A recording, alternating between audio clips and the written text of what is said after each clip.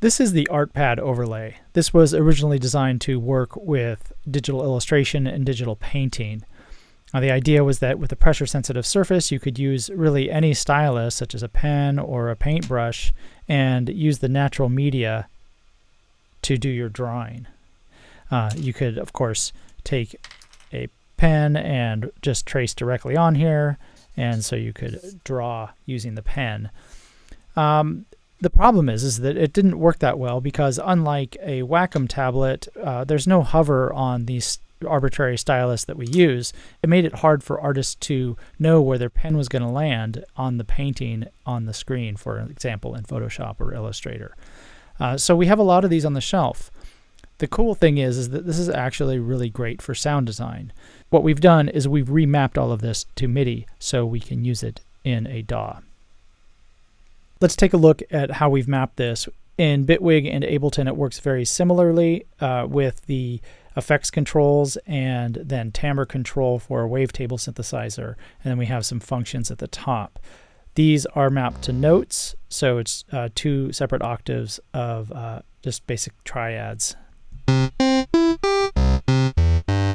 And we can transpose up a semitone and up a fifth. Then these add the major chord,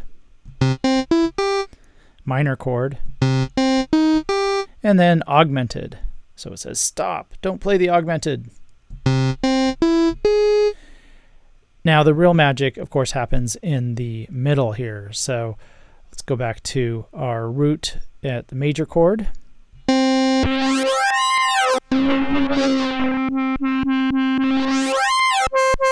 We have an XY pad here that's nice and big. That gives us a lot of play area to refine how our sound is created in the wavetable. So we can just move the playhead on the X and Y and then move the formant on. We can see all that happening in the sampler in Bitwig.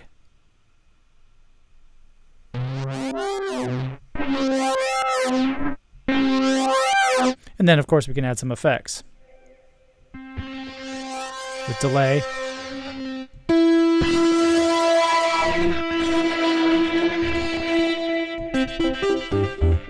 And some distortion.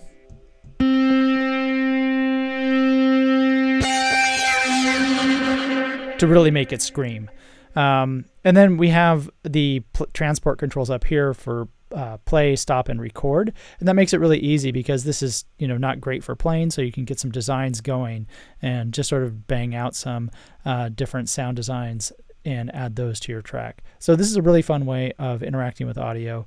It's also cool because you can use a stylus if you want for just sort of a more precise type of feel.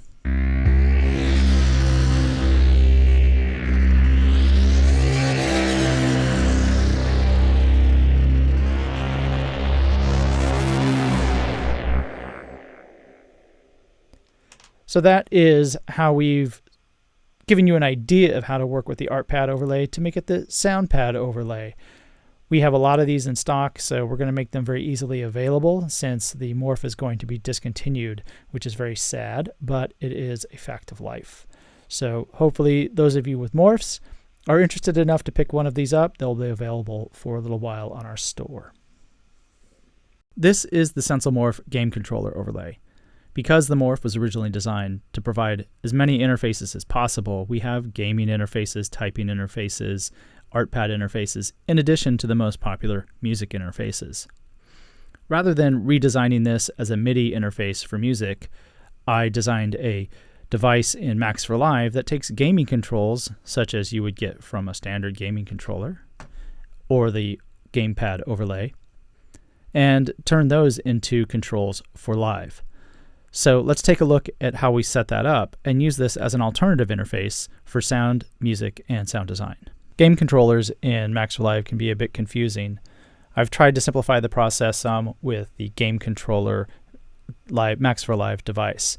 This takes the standard game controller controls and converts them into things that you can map to live. As such, this is not sending out MIDI. You can very easily remap this to MIDI. Refer to the ArtPad demo to see how you might remap these for MIDI control.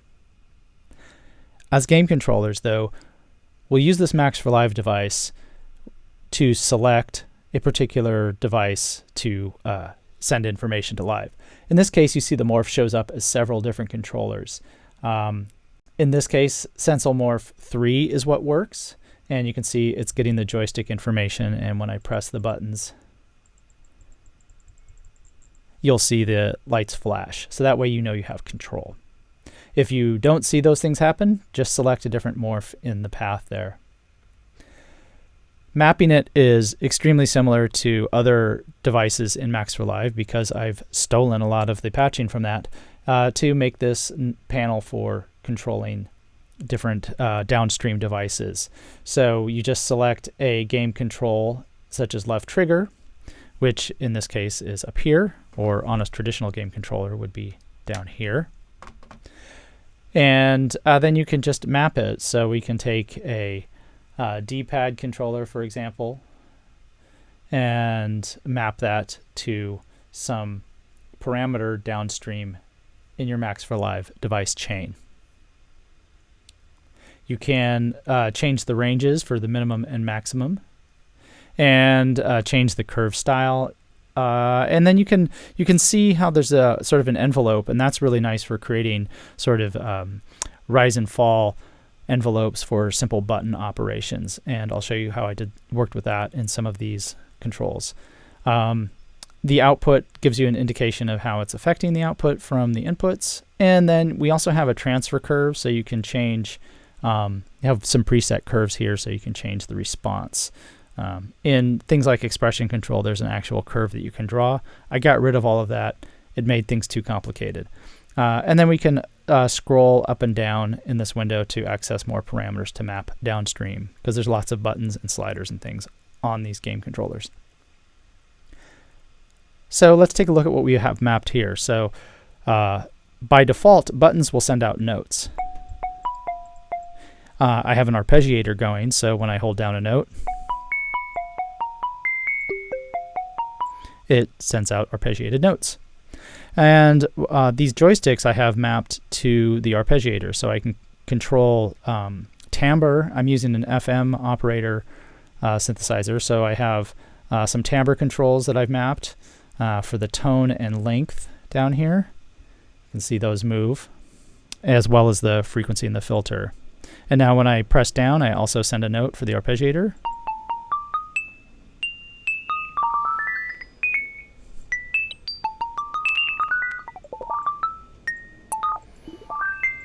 So that's kind of fun. I have some octave changing controls. So these are set up as toggles. We can see here we have this little toggle or momentary control here. And when we look, we see that these are set up as toggles. So I can toggle it off in this case, or up, turn that off, and toggle it down.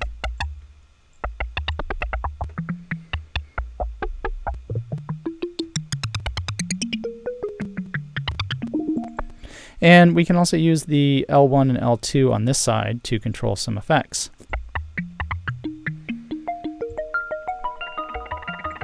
And these are set up with the rise and fall, so when I hold it down, it'll fade in and fade out that delay effect.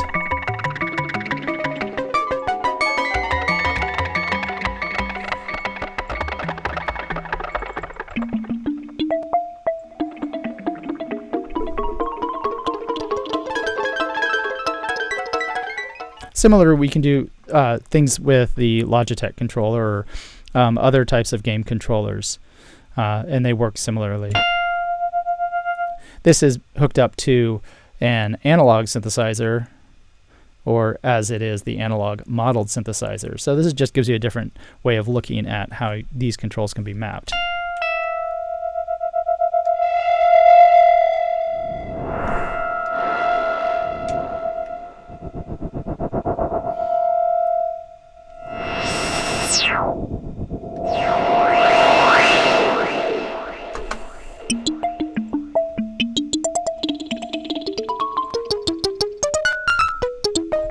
So really it invites a kind of playful, different way of looking at sound.